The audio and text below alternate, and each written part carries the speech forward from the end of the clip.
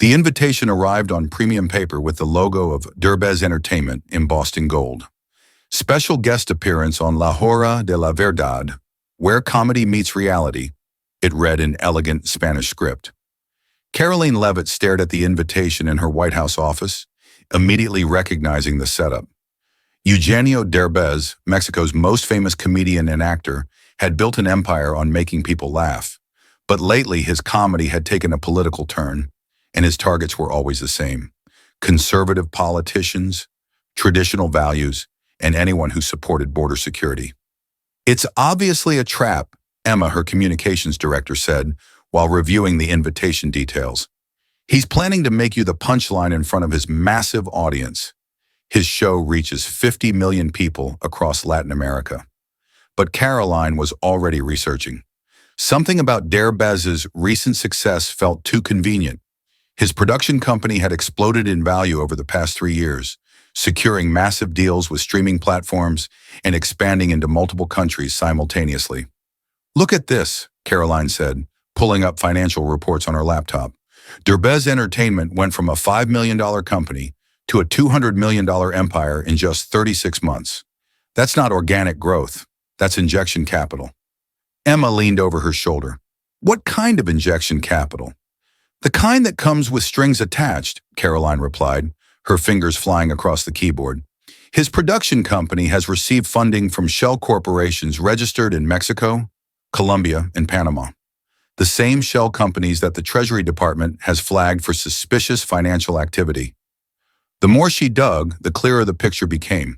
Derbez's sudden expansion wasn't just about entertainment, it was about influence. Someone was paying him to have a platform, and they wanted that platform used for specific purposes. "He thinks he's going to humiliate me on national television," Karoline said, closing her laptop with a decisive snap. "But I've been preparing for this conversation longer than he realizes." She reached into her desk drawer and pulled out a thick manila folder marked "Confidential, DEA Financial Crimes." Inside were documents that would turn Derbez's comedy show into his worst nightmare.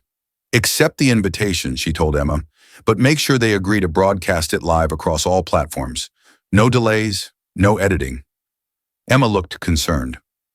"Are you sure about this? If you're wrong about whatever you think you found—" "I'm not wrong," Karoline interrupted, touching her silver cross necklace.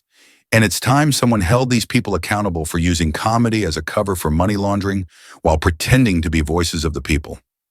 3 days later, Karoline sat in the back of a black SUV heading toward Derbez's private studio complex in Los Angeles. The facility was impressive, a converted warehouse with multiple sound stages and a main theater designed to look like a Mexican cantina, complete with colorful decorations and mariachi music playing in the background. As she walked through the entrance, she could hear laughter and applause from the main studio. Derbez's team was everywhere: writers, producers, social media managers, all buzzing with the energy of people who believed they were about to witness a political takedown disguised as comedy. "Karoline!" Derbez's voice boomed as he emerged from his dressing room, arms spread wide in an exaggerated gesture of welcome. He was dressed in an expensive designer suit with a colorful Mexican flag pin on his lapel, his signature mustache perfectly groomed. "Welcome to my casa, mi amor," he said in heavily accented English, pulling her into an uncomfortably close embrace for the cameras that were already rolling behind-the-scenes footage. "Thank you for having me," Karoline replied professionally, noting how his team was positioning themselves to capture every angle of their interaction. "You ready for some real Mexican hospitality?" Derbez asked, his smile not quite reaching his eyes. "Because tonight, we're going to have some fun with La Politica Americana. See?" Carolina adjusted the leather folder under her arm and smiled back. "I'm looking forward to it. I brought some material of my own." The studio audience was packed with Derbez's loyal fans, many waving Mexican flags and holding signs with his catchphrases. The set was designed like a festive Mexican plaza, with bright colors, papel picado hanging from the ceiling, and a mariachi band in the corner. It was meant to feel welcoming and fun, but Karoline could sense the underlying hostility. "Bienvenidos a la hora de la verdad," Derbez announced to thunderous applause, speaking in rapid Spanish before switching to English. "Tonight, we have a very special guest. the youngest White House press secretary in American history, and probably the most confused. The audience erupted in laughter.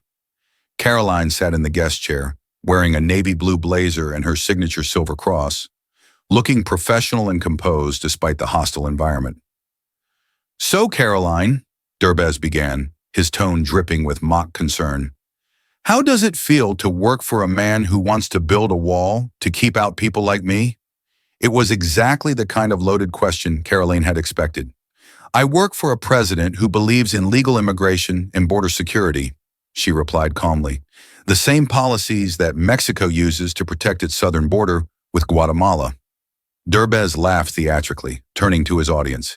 "Did you hear that, amigos? She thinks Mexico is just like America." The crowd laughed and booed on cue. "Actually," Karoline said, opening her folder slightly, "I know quite a bit about Mexico, especially about how certain businesses operate there." Something in her tone made Derbez's smile flicker, but he pressed on with his prepared material. "You know, Karoline, in Mexico we have a saying, Dime con quien andas y te diré quién eres. Tell me who you walk with, and I'll tell you who you are." "That's interesting," Karoline replied, her voice still pleasant but with an edge. "Because I've been wondering the same thing about you." She pulled a document from her folder. "Like who you've been walking with to fund your sudden expansion into streaming platforms in international markets." The audience murmured, sensing a shift in the dynamic. This wasn't going according to Derbez's script.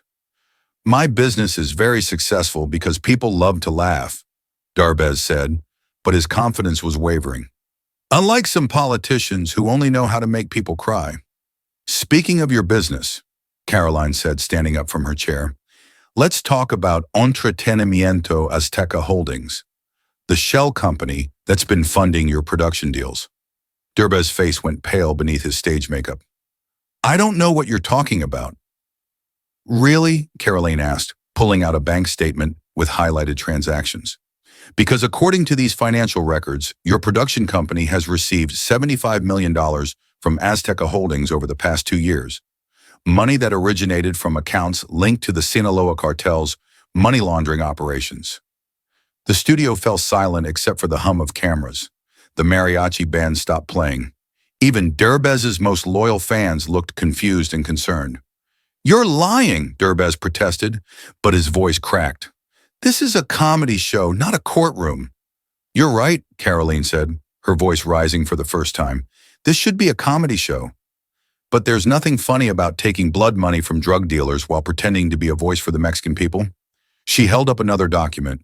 "These wire transfers show payments from your company to Servicios Consultoría Guadalajara, a front company used by the cartels to pay for protection and political influence." The audience was now completely silent, watching their beloved comedian get systematically dismantled by documents and facts. Some were pulling out their phones to record, realizing they were witnessing something unprecedented. "The most disgusting part," Karoline continued, "is that you've been using your platform to mock law enforcement and border security, the same people trying to stop the criminals who are paying you." Derbez was now sweating visibly under the studio lights. His writers and producers were frantically making phone calls in the background, clearly trying to figure out how to contain this disaster. "You want to know who I walk with?" Karoline asked, turning to address the audience directly. "I walk with the families whose children have been killed by cartel violence. I walk with the honest Mexican Americans who are disgusted by criminals like you, giving their culture a bad name." She pulled out one final document that made Derbez stumble backward. "And I walk with federal agents who have been investigating your money laundering operation for the past 18 months. The festive atmosphere of the studio had completely evaporated. The colorful decorations and mariachi music now seemed like props in a crime scene. Derbez stood frozen center stage, his comedian's mask completely shattered as Karoline methodically laid out evidence of his criminal connections. 18 months, Karoline repeated, spreading several documents across the coffee table between them. That's how long the DEA has been tracking money flowing from cartel operations through your entertainment empire. She held up a photograph that made several audience members gasp. This is you at a private party in Culiacan last year, standing next to Joaquin El Patron Herrera, the Sinaloa cartel's chief financial officer. The same man who signed the contracts funding your streaming deals. Derbez's legs seemed to give out. He sank into his host chair, his face ashen. I meet thousands of people at parties. I don't know who everyone is. Really? Karoline pulled out a transcript. Because according to intercepted phone conversations, you called him compadre and discussed expanding the business to clean more money through entertainment. The studio audience was in shock. Many of Derbez's fans were crying, realizing their beloved comedian was not who they thought he was. Others were angrily shouting questions, demanding explanations.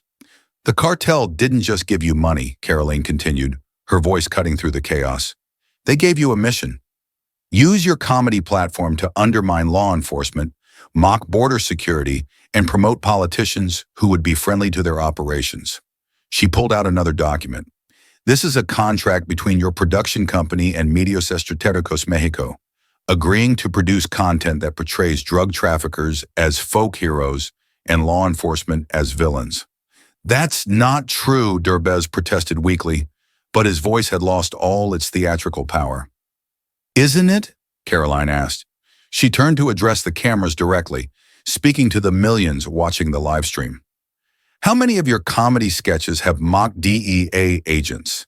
How many times have you portrayed Border Patrol officers as bumbling fools? How many jokes have you made about drug dealers being smarter than police? The audience murmured as they realized the pattern.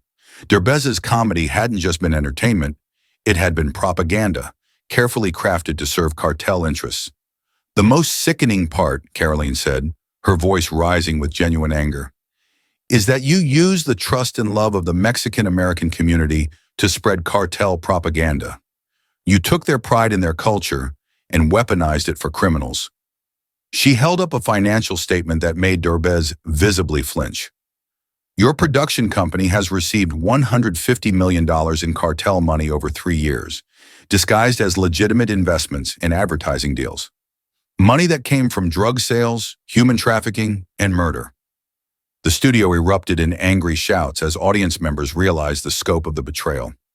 Security guards moved to the edges of the set, clearly concerned about the crowd's reaction. You want to know what's really funny? Karoline asked, her voice dripping with contempt. While you were making jokes about American law enforcement, those same agents were building the case that's going to put you in prison for the rest of your life. Derbez's phone started buzzing frantically. His legal team, his agents, his business partners, everyone was trying to reach him as news of the live stream spread across social media and news outlets. The FBI raids on your properties in Los Angeles, Mexico City, and Guadalajara began 20 minutes ago, Karoline said, delivering a crushing blow. Your accountants, your business managers, and your cartel contacts are all being arrested as we speak. Derbez looked around desperately, as if searching for an escape route. His production team was in full panic mode, some trying to cut the live feed, others attempting to leave through emergency exits. You invited me here to humiliate me, Karoline said, gathering her documents. You thought you could make me look foolish in front of your audience. But the only fool here is someone who thought they could launder cartel money and never face consequences. The sound of sirens could be heard in the distance, growing closer. The mariachi band had long since fled, leaving only the hum of cameras and the angry murmur of a betrayed audience. This is what happens, Karoline said, looking directly into the main camera. When you mistake fame for immunity and laughter for loyalty, the people you betrayed trusted you with their culture, their pride, and their children's admiration. And you sold it all to drug dealers for money. The sirens were no longer distant. Federal agents in tactical gear burst through the studio doors just as the audience was beginning to turn hostile toward their former idol. The lead agent, a stern woman with FBI emblazoned across her vest, approached the set with practiced efficiency. Eugenio Gonzalez Derbez, she called out, using his full legal name. You are under arrest for conspiracy to commit money laundering, racketeering, and providing material support to a criminal organization. Derbez didn't resist as the handcuffs clicked around his wrists. He seemed to be in complete shock, staring at the cameras that were still broadcasting his arrest live to millions of viewers across the Americas. Agent Maria Santos, FBI, Financial Crimes Division, the lead agent announced to the cameras, clearly understanding the international significance of this moment. This arrest is the culmination of a joint investigation with Mexican authorities into cartel money laundering through the entertainment industry. The studio had transformed from a comedy set into a crime scene. FBI agents were seizing computers, phones, and financial records, while Derbez's production team was being questioned and, in several cases, arrested themselves. The evidence provided by the White House Press Secretary's office, Agent Santos continued, was instrumental in completing our investigation into what we're calling the Comedy Cartel Network. Karoline remained standing calmly in the center of the chaos, still holding her folder of documents. She had known this moment was coming, but seeing it unfold live on international television was surreal. Mr. Derbez's entertainment empire was essentially a front for laundering approximately $300 million in drug money over the past 4 years, the agent explained to the cameras. The funds were disguised as legitimate production investments, advertising deals, and streaming platform contracts. As Derbez was being led away in handcuffs, he looked back at Karoline with a mixture of hatred and broken pride. "You destroyed my life. You destroyed everything I built." Karoline met his gaze without flinching. "You destroyed your own life the moment you decided to take blood money from drug dealers. I just made sure the world found out about it." "This is Agent Carlos Rodriguez from the DEA," another federal agent announced, approaching the cameras. "We want to assure the public that this investigation extends far beyond Mr. Derbez. We have identified at least 20 other entertainment figures who were part of this money laundering network." The revelation sent shockwaves through the live stream audience. Comments were flooding in from fans of other Mexican and Latin American entertainers, wondering if their favorite stars were also involved. "The scope of this operation was unprecedented," Agent Rodriguez continued. "The cartels were essentially buying influence in the entertainment industry, using popular comedians and actors to normalize criminal behavior and undermine law enforcement efforts." Derbez's manager, who had been coordinating the show from the control room, was now being questioned by federal agents. His computers had been seized, and investigators were already finding evidence of his involvement in the financial schemes. "The most disturbing aspect," Agent Santos added, "is how these criminals use the trust and cultural pride of the Latino community to further their illegal activities." Entertainers like Mr. Derbez were paid millions to influence public opinion in ways that would benefit cartel operations. As Derbez disappeared through the studio doors, surrounded by federal agents, the magnitude of what had just happened began to sink in. One of Latin America's most beloved comedians had just been arrested live on television, exposed by a 27-year-old press secretary who had simply done her homework. The live stream was still running, now showing federal agents cataloging evidence and interviewing witnesses. The viewer count had reached over 12 million people across all platforms, making it one of the most watched live events in Latin American media history. "There's something else the public should know," Karoline said, stepping forward to address the cameras one final time. "This investigation revealed that the cartel money wasn't just being laundered through comedy shows. It was being used to fund political campaigns, social media influence operations, and even children's programming across Latin America." She opened her folder one last time, revealing documents that would extend the investigation far beyond the entertainment industry. "The network we've uncovered reaches into politics, media, education, and business at the highest levels. And this is just the beginning." 18 months later, Karoline stood at the podium in the East Room of the White House, addressing a gathering of international law enforcement officials and media representatives. The investigation that had started with Derbez's arrest had grown into the largest entertainment industry corruption probe in Western Hemisphere history.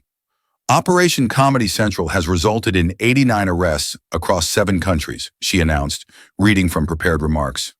"We've recovered over $1.2 billion in laundered drug money and dismantled a network that was systematically corrupting Latin American entertainment and media." The list of arrested celebrities and media figures read like a who's who of Latin entertainment. Comedians, actors, producers, television hosts, and even several prominent children's show creators. All had been using their platforms and business ventures to clean cartel money while building their public images as cultural ambassadors. "Most importantly," Karoline continued, "we've broken the cartel's ability to use popular culture as a weapon against law enforcement and democratic institutions across the Americas. A reporter from Televisa raised her hand. Ms. Levitt, critics say you unfairly targeted Mexican entertainers. How do you respond to accusations of cultural bias? Karoline's expression remained professional but firm. Corruption has no culture, no nationality, and no language. We followed the money and the evidence, not demographics. The investigation included entertainers and media figures from multiple countries who were participating in these criminal networks. What she didn't mention publicly was the ongoing security concerns. Since that day at Derbez's studio, Karoline had been living under enhanced federal protection. The cartels had placed a substantial bounty on her head, and several serious attempts had been made to harm her and her family. But the results spoke for themselves. Derbez was now serving a 35-year sentence in federal prison. His entertainment empire had been completely dismantled, his assets seized and sold, with the proceeds going to anti-drug programs and victim assistance funds across Mexico and Central America. There's something else I want to address, Karoline said, her voice taking on a more personal tone. That day, Eugenio Derbez tried to use his platform to humiliate me, to make me look foolish in front of his millions of fans. She paused, touching her silver cross necklace. But what he didn't understand is that when you stand for something real, when you have genuine principles, you can't be intimidated by fame, popularity, or cultural pressure. The crowd of officials and reporters leaned in, sensing that this was more than just a policy statement. The Latino community deserved better than what these criminals gave them, Karoline continued. They deserved entertainers who actually honored their culture instead of exploiting it for drug money. A young reporter from a Mexican-American newspaper stood up. Ms. Levitt, how do you think this investigation has changed the relationship between entertainment and law enforcement in Latin America? Karoline's expression brightened slightly. I think it's taught people that real cultural pride comes from integrity, not from protecting criminals just because they speak your language or share your heritage. She pulled out a letter written in Spanish by a young woman from Guadalajara whose community center had been built with recovered cartel money. This letter is from Sofia, age 22 from Mexico, Karoline read, translating as she went. She writes, "Thank you for showing us that our heroes should make us proud, not ashamed. Because of your courage, we now have programs that actually help our community instead of just pretending to care while helping criminals." Karoline folded the letter carefully. That's why we do this work. Not for headlines or political points, but for Sofia and thousands of young people like her who deserve role models with actual integrity. As the press conference ended, Karoline reflected on how much had changed since that confrontational day in Los Angeles. Derbez's comedy empire had crumbled, but something more important had been built in its place: accountability. The entertainment industry across Latin America had been forced to confront its role in money laundering and corruption. New international regulations required transparency in celebrity business ventures and production funding. And young people across the Americas had learned that their cultural heroes should be judged by their character, not their fame. Most importantly, the investigation had sent a clear message to criminal organizations. Using popular culture and ethnic pride to launder money and influence politics would no longer be tolerated, regardless of how beloved or culturally significant the perpetrators might be. Karoline walked back toward her office, her silver cross catching the afternoon sunlight streaming through the White House windows. She had been mocked for her youth, attacked for her methods, and threatened for her courage. But she had also helped recover over $1 billion and broken a criminal network that was corrupting an entire industry. As she often told young people who asked for advice, don't let anyone convince you that having principles makes you culturally insensitive. Sometimes the most respectful thing you can do for a community is refuse to let criminals hide behind their identity. The man who had once made millions laugh was now learning that actions have consequences. And the young woman who had walked into his trap with nothing but documents and determination had proven that sometimes the most effective weapon against corruption isn't laughter or cultural solidarity. It's the courage to speak truth to power, no matter how beloved, influential, or culturally protected that power might be. The investigation continued, with new arrests being made regularly as authorities followed the money trail deeper into the criminal network. But the message was clear. The age of celebrity immunity was over, and accountability had a new face. Young, principled, and absolutely unafraid to challenge anyone who betrayed the trust of their community.